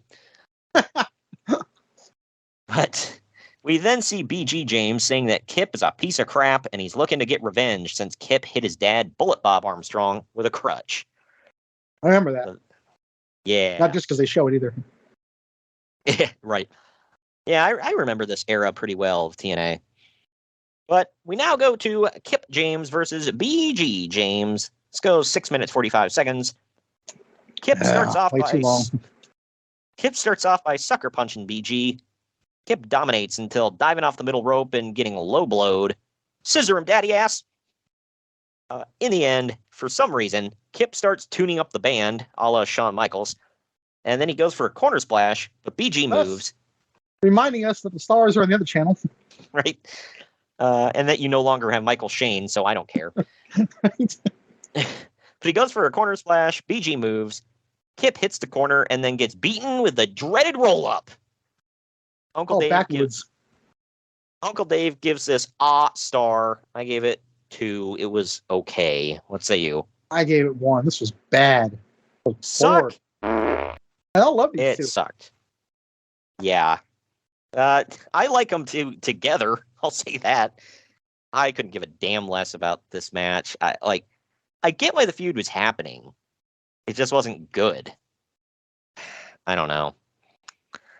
But after the match, BG offers Kip his hand. They shake and hold each other's hands up before Kip swerves absolutely nobody. And I thought you were going to say he swerved. I'm like, swerved who? He swerved absolutely nobody except for BG's dumbass and clotheslines him and then crotch chops over him. Or has a Stevie Wonder saw this coming? Yeah, right. He's like, watch the clothesline. So can I take this to mean there will be no scissoring tonight? Not yet, daddy ass. Right. But backstage, Jeremy Moore-Ash is standing by with Kurt Angle. He says Angle has cut himself off from everyone while training. Kurt then launches into an icy glare speech about how it's personal for Kurt to beat Joe and make him tap out and end his career. At this point, I'm watching this. I know we're going to get a video package, but at this point, you watch it and like, what's so personal about it? Why is Samoa Joe going to do whatever he has to do to kill him and Angle's going to do whatever? Like, they don't explain this. Yeah, well, didn't Kurt attack Joe's family at one point? Was that before this? Yeah, I couldn't remember that. I think it happened, but maybe I'm getting feuds mixed up. Or no, I'm sorry, that was Christian, I believe. He hit one of the fire dancers. And I remember Alex Shelley attacking or trying to attack one of Sting's kids, right? That was Kurt Angle attacked. I think Alex Shelley was filming it. Yeah, but yeah. Okay, yeah, he did have the camera. Yeah. But anyway, this match with the people that are in it, it's like, oh my god. But this is a 6-team cuffed in the cage match. So that means real, folks. Right. So what this means is you're going to take that cage, you're going to fill it with 12 guys. Okay, so you're already starting off. That's already done, overdone. Yeah. You're already starting off just with a cluster, you know what. And then the only way to win is you have to eliminate each person in the match by handcuffing them to the cage wall. Right. Yeah. He did this in WCW too. He called it I think it was the House of Pain. Yeah. So you had to handcuff the opponent to the cage and then beat the hell out of him with a weapon in order to win. Defenseless victims, bro. Yeah, right. It's effing stupid, man. The team's redundant, man. Well, that too. But this was the Rock and Rave Infection, which was he still Lance Hoyt at this point? Yeah, I think so. Okay. So Lance Hoyt, I put Lance Rock, but he changed it later. So Lance Hoyt and Jimmy Rave. They call him Lance Hoyt on commentary. I know that. Yeah, that's why I was like, I thought it was Lance Rock, and then I kept hearing them saying Hoyt, and I'm like, okay. But they're taking on Eric Young and Kazarian, Black Rain and Relic, which, by the way, is killer spelled backwards. There it is. I was going to call you on that. The Motor City Machine Guns of Alex Shelley and Chris Sabin. We actually got a talented team in there. Yeah, oops. Yeah. LAX, consisting of Homicide and Hernandez. That's the real LAX, by the way. AKA the real LAX. Yeah. Sorry, I stole your thunder there. And Scott Steiner and Petey Williams, who is Maple Leaf Muscle. Yeah. By the way, I always laugh, because he was never a not muscly guy, but all of a sudden they start accentuating them when he gets with Scott Steiner. Yeah, right. Well, he started doing the gimmick, and then he hooked up with Scott Steiner like shortly thereafter. It's clearly like, meant to build to that. Right. Which is weird. I didn't know TNA built to stuff, but yeah. And then he became Little Petey Pump, and he started like doing his hair and goatee like him. Wearing that stupid metal headdress. Yeah. I just love the interview. Like I've never been able to find it since then. But there's this like 40-minute interview with Petey Williams talking about his experiences hanging out with Scott Steiner and just like the insanity of Scott in like there's some stories right there, huh? Yeah, it was just like everyday life craziness. Where he was like, I felt like I had to be like the sane guy, like talking Scott off a ledge sometimes when he was about to go nuts. Like he said, like they were planning out matches, and Scott's like, "I'm gonna hit you with a Frankensteiner," and he's like, "What was the last time you hit that move?" He's like, "Well, you don't think I can do it?" He's like, "Can you do it?" And there's this like long pause. He's like, "I'll lock you in the recliner." He did it on Samoa Joe in 2006, I believe. Yeah, off the top rope finally, and that was like he barely got the rotation on that one. He sure as hell wasn't like jumping for it like back in the day. That was not going to happen. Well, because he wasn't 300 pounds of roided up muscle back in the day.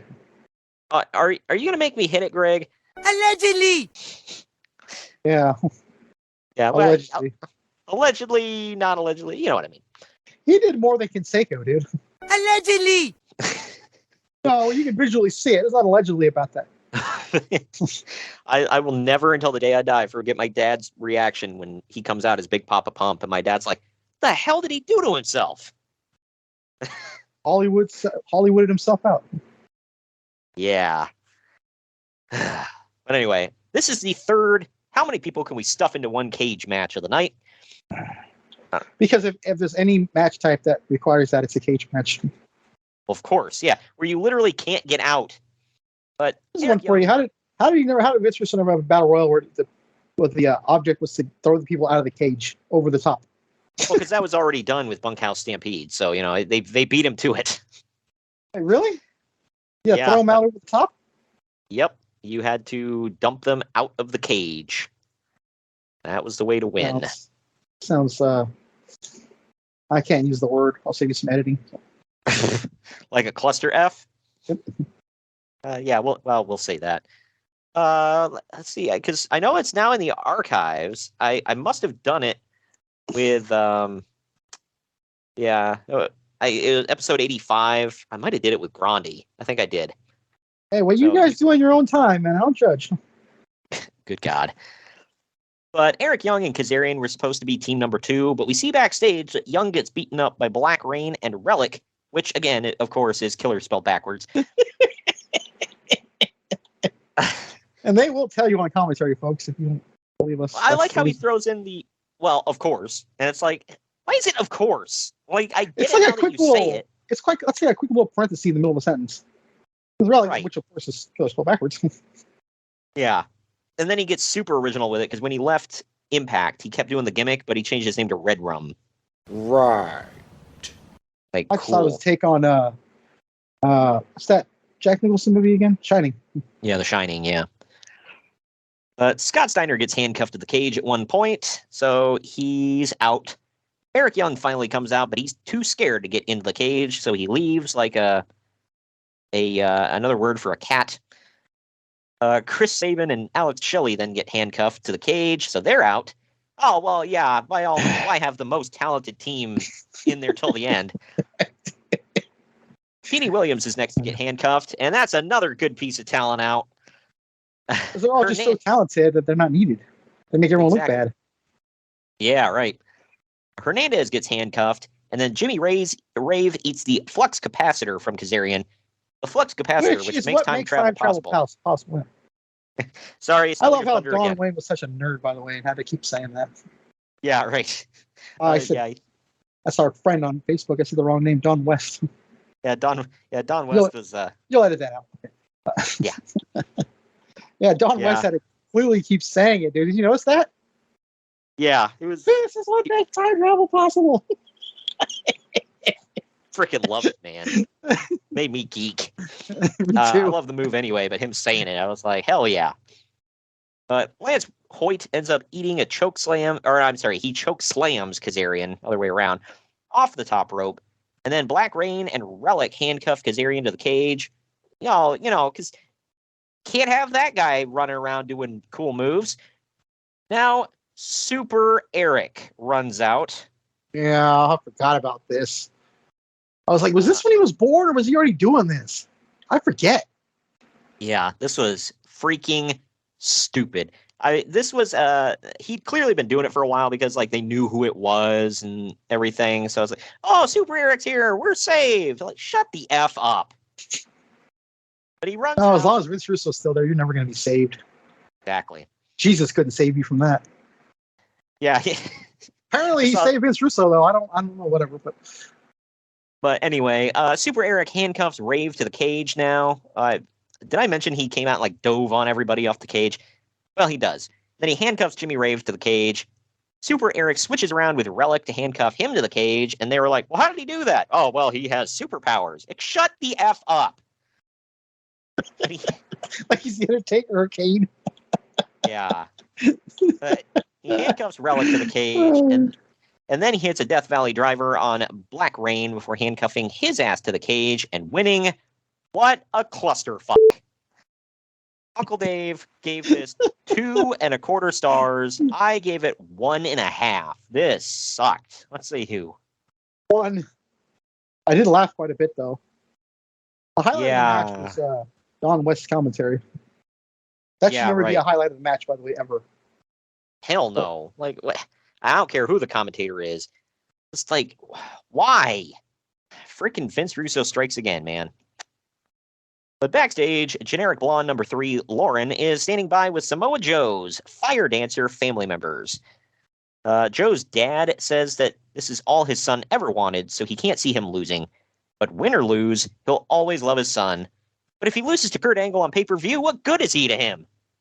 No? All Dan Marino wanted was a Super Bowl. I can't see him losing. Oops, he did. So you can't use that as an excuse, but... Well, plus, I like how he had to throw that in there. Well, win or lose, I'll always love my son. Like, oh yeah, because I thought if he lost to Kurt Angle in the main event, you're gonna be like, you are disowned from this family. No, it's like you lose the Kurt Angle in the main event. What do you mean now as a son? Yeah, exactly. Like, get your crap and get out. We'll throw back to the news there.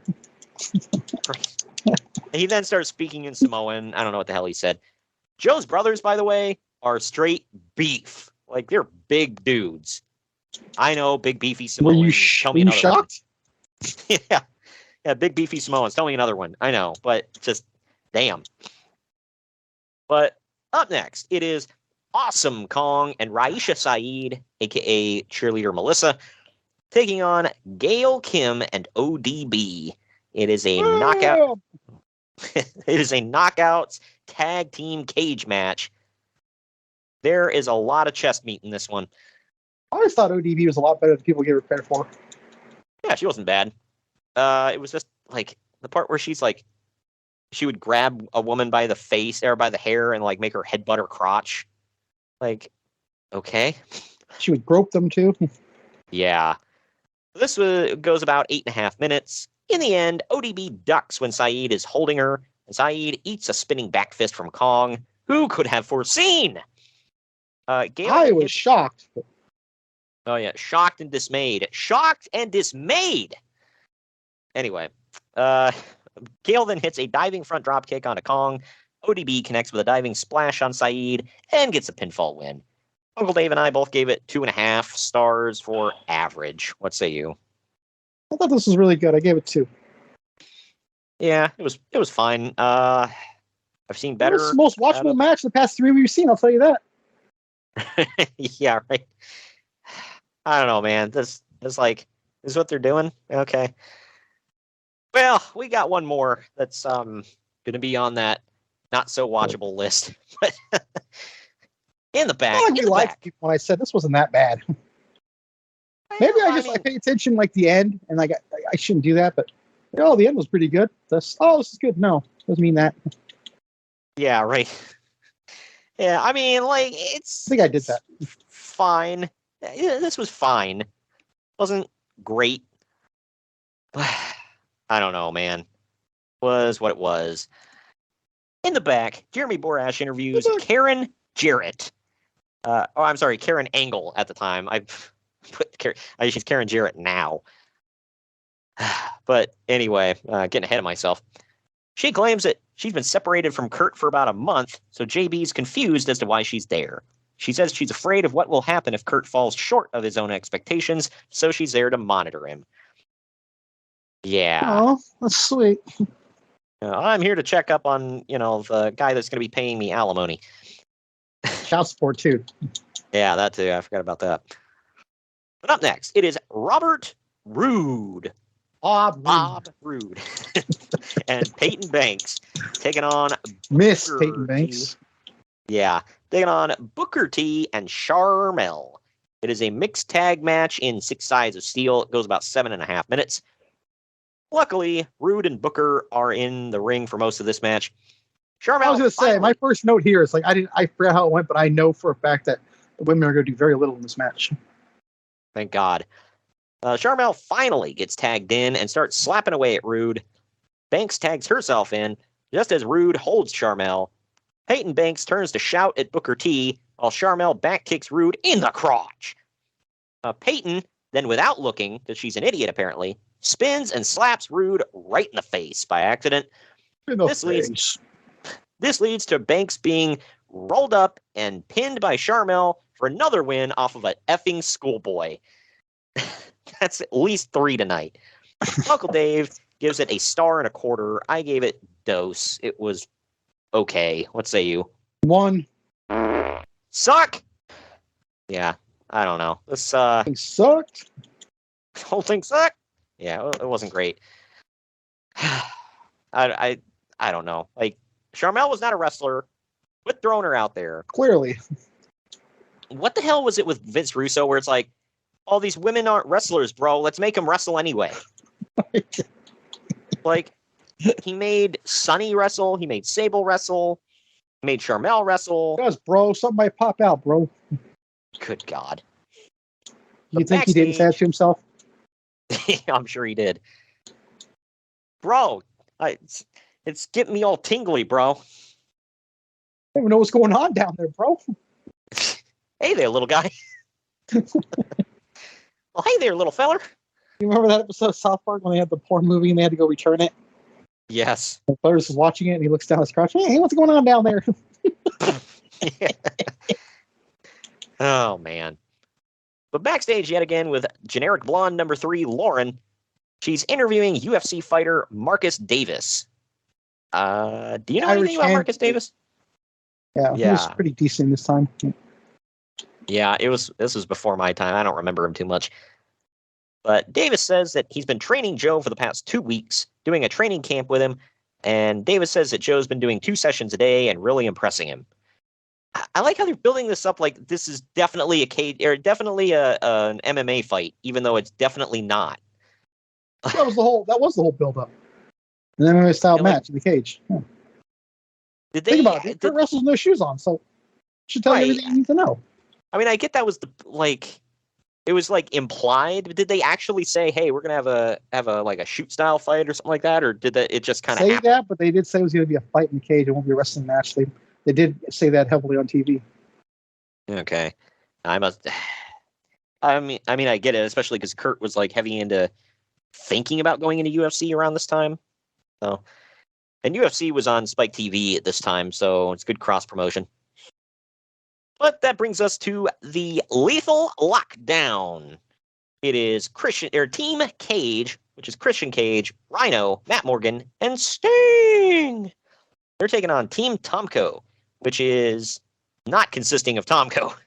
It is AJ Styles. Why would it? Yeah, right. That's like Team Nash not having Nash on it. That'd be dumb. But AJ Styles, Brother Ray, Brother Devon, and James Storm are on this team. This goes about 26 and a half Brother minutes. Devon kind of redundant. My God. Captains Christian Cage and it appears Tomko are actually going to start this one out. However, Tomko just distracts Christian while AJ Styles sneaks in and takes the first spot. for Team Tomko, jumping Christian from behind. Why the hell is Tomko not in this match, by the way? Was he, like, legit hurt? It's my guess. I don't know. I don't think they ever explained it. Yeah, because, like, don't get me wrong, it's better quality to have AJ in there, but it doesn't make sense. Anyway, Brother Ray is the next in for Team Tomko, going by War Game rules here, where it's always the heel that has the advantage. Instantly going in hard against Christian. Then Rhino is next in for Team Cage to even the odds. You know, the old on-again, off-again best friend of Christian, Rhino. James Storm enters next. Depends on what week it was. Yeah, right. But James Storm enters next for Team Tomko with Miss Jackie Moore in tow. For some reason, Christian tries climbing out of the cage at some point. Kevin. No, they just said he was climbing to get away from them, not trying to get out. They try to cover that up. Yeah. Well, Kevin Nash evens up the odds for Team Cage and shocks everyone by not being injured. Yet. Yeah. Oh, I'm sorry. Tomko wasn't. Never mind. I scratch everything I said earlier. I thought you meant like in the right now when you said that. Yeah, I'm an idiot. Never mind me. I could have told you that. I missed 2 people in this match. Holy cow. Well, to be fair, you've heard our review of the show so far, so are you really paying attention to this? But Christian dives off the cage onto Brother Ray and James Storm for the first holy crap moment of the match. Next in for Team Tomko is Brother Devon. Matt Morgan and his stupid haircut that will never let him be taken seriously is out next for Team Cage. And he's coming in like a house on fire. Finally, Tomko is the last entrant for his team. Sting has to be in every single lockdown, so he's the final entrant for Team Cage. This brings down the roof with weapons. Well, of course he had to be in. He technically invented it. Yeah? When he came into TNA. Right. Well, James Storm and Christian Cage instantly go up to the roof. A table gets set up on that roof. AJ climbs up, and both both he and Christian get up on a ladder. James Storm pushes that ladder over, causing Christian and AJ to crash through the table. Scared as hell, by the way. I'm watching this. Yeah, right. Storm gets back in the cage and smashes a beer bottle over Matt Morgan's head right before Storm gets a gore from Rhino, turning him inside out. Rhino then pins Storm for the win for Team Cage. Go figure, Devon is wearing a crimson mask. Uncle Dave gave this 3 3/4 of a star. I gave it 3.5. It was a pretty damn good match. What say you? I gave it 4. I loved it. Yeah, it was good. It was entertaining. I had fun with it. So there you go. It's all you can ask from these kind of things. I like these kind of matches. We've reviewed some that kind of sucked. Like, was it 2012? I want to say it was 2012. Where it was like Garrett versus Eric Bischoff. That one sucked. But we now see. I don't know how anything with Garrett Bischoff and he gets sucked off, but. Oh, I know. It's hard to think that he's been in at least 2 of them. Like, how? But we now see a full play-up package. Nepotism, bro. A full play-up package for the Kurt Angle Samoa Joe feud. And we now see Karen Angle is sitting in the front row, and Frank Trigg is on commentary. Mark Davis is presenting the TNA title for the match. Not the owner of the Raiders. Yeah, right. No, not Mark Davis with a stupid haircut. Marcus Davis wearing a kilt. But we're going to take our second to last break. When we come back, it's main event time. Right after this. Follow the Main Event Marks at facebook.com/Main Event Marks Pod, on Twitter at Main Event _Marks, and on Instagram at Main Event _Marks and at Main Event Collector. Good morning, good afternoon, good evening, and good night. My name is Thomas, and what's your name? I'm Alan. Yeah. We're brothers. That's right. Yeah. Same mother and father. Your room was... we shared the room. Shared a room? We shared the room. Thought I knew your face. Yeah, we go way back, mate. Yeah. We should do a podcast then. We have. We do a podcast? We do a podcast. What's it called? The Broadcast. Yeah, that was planned. Yeah, well. What do we do? Well, we cover all different things in the world of pop culture. We're talking about comic books, we're talking about professional wrestling, and we're talking about movies. Go back and watch classic retro wrestling events, the likes of WWE, WCW, and if you do like that, you can check us out on Apple iTunes, also on Podbean, Anchor, and on Podknife. Also check us out on Twitter at The Broadcast. That's BROKAST. There, nearly stuffed up the ending. Hey, it's all right. Good on you. Yeah. Instagram also at The Broadcast Podcast. Remember, we don't spell it with a C. We spell it with a K. Sorry, mate. Take it easy.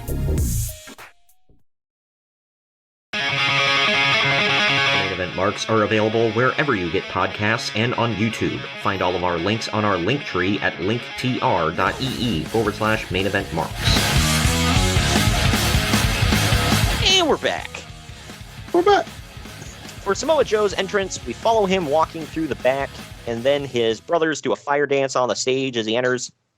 Then we follow Kurt Angle walking with security through the halls. He's wearing MMA trunks, and his ankles and wrists are taped up, just like a fighter would rather than a wrestler. And this is Kurt Angle versus Samoa Joe. It is the TNA World Title versus Samoa Joe's career inside 6 sides of steel. And it goes 17 and a half minutes. Before the match starts, Kurt spots Karen at ringside and demands that security kick her out. Don't worry, she probably asked to see the manager on the way out.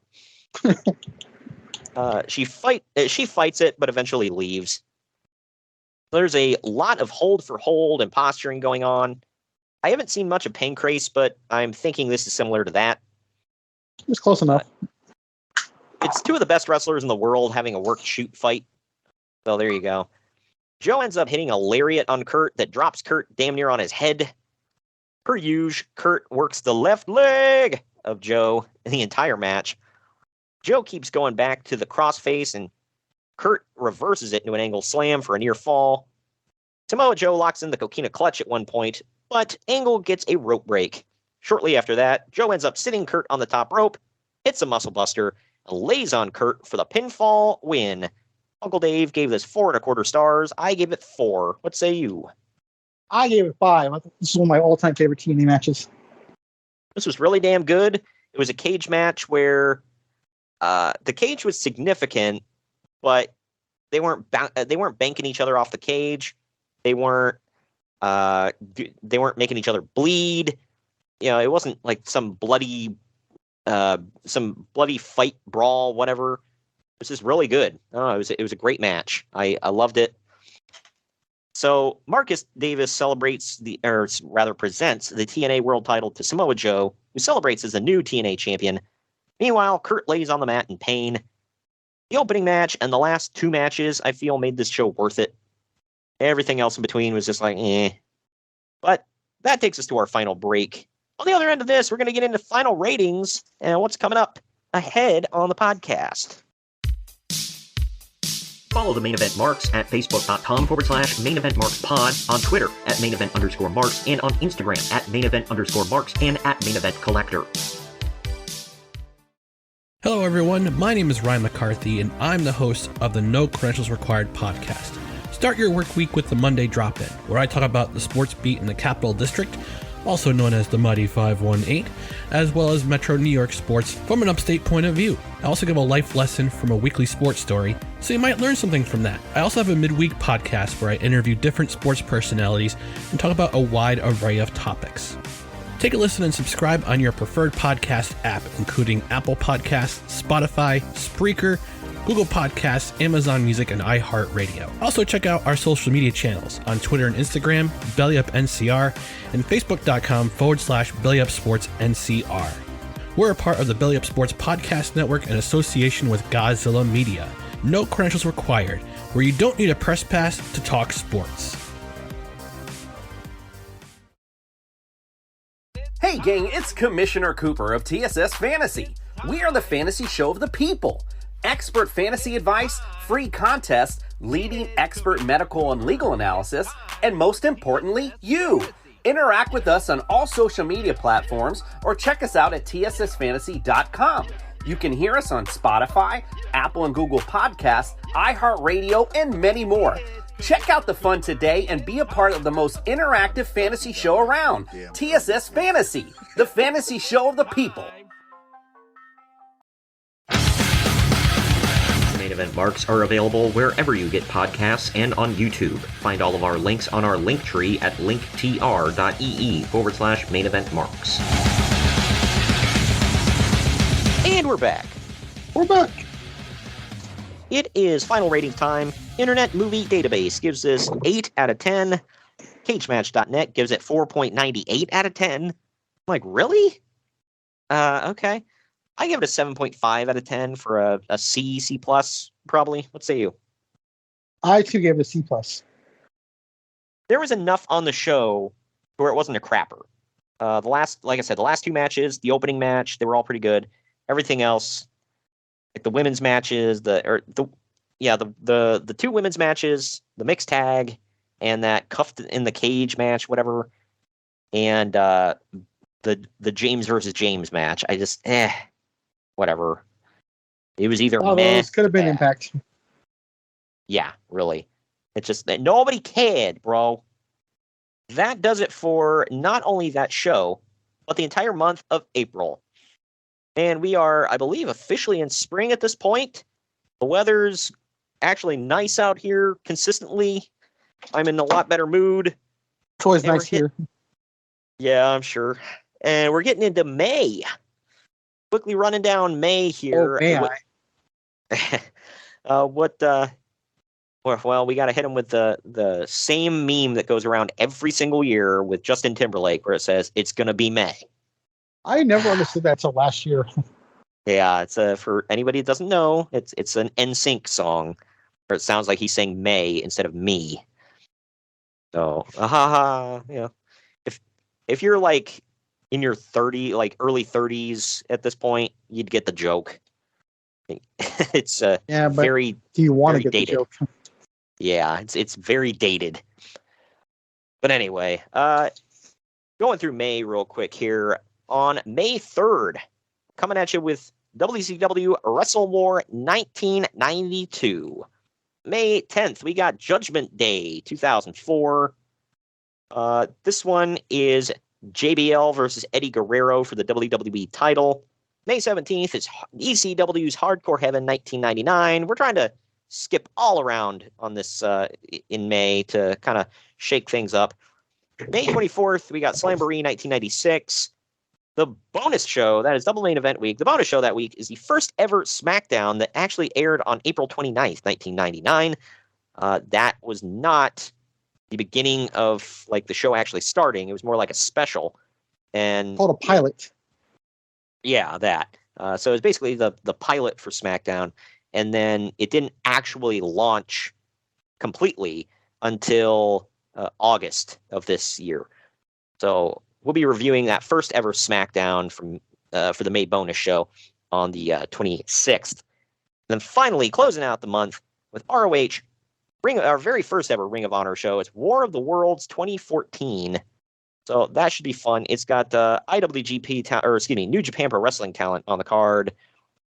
Tons of titles are going to be on the line. AJ Styles defends the IWGP heavyweight title against Kazuchika Okada and Michael Elgin in the main event. And right before that, Adam Cole defends the ROH world title against Jushin Thunder Liger. So looking forward to that one. Going to be a fun May, man. And I think it's going to be a fun summer for us. But thank you for joining me today, Greg. Yeah, sure. It was a show. And we'll see you all next week, officially on May 3rd, with WCW Wrestle War 1992.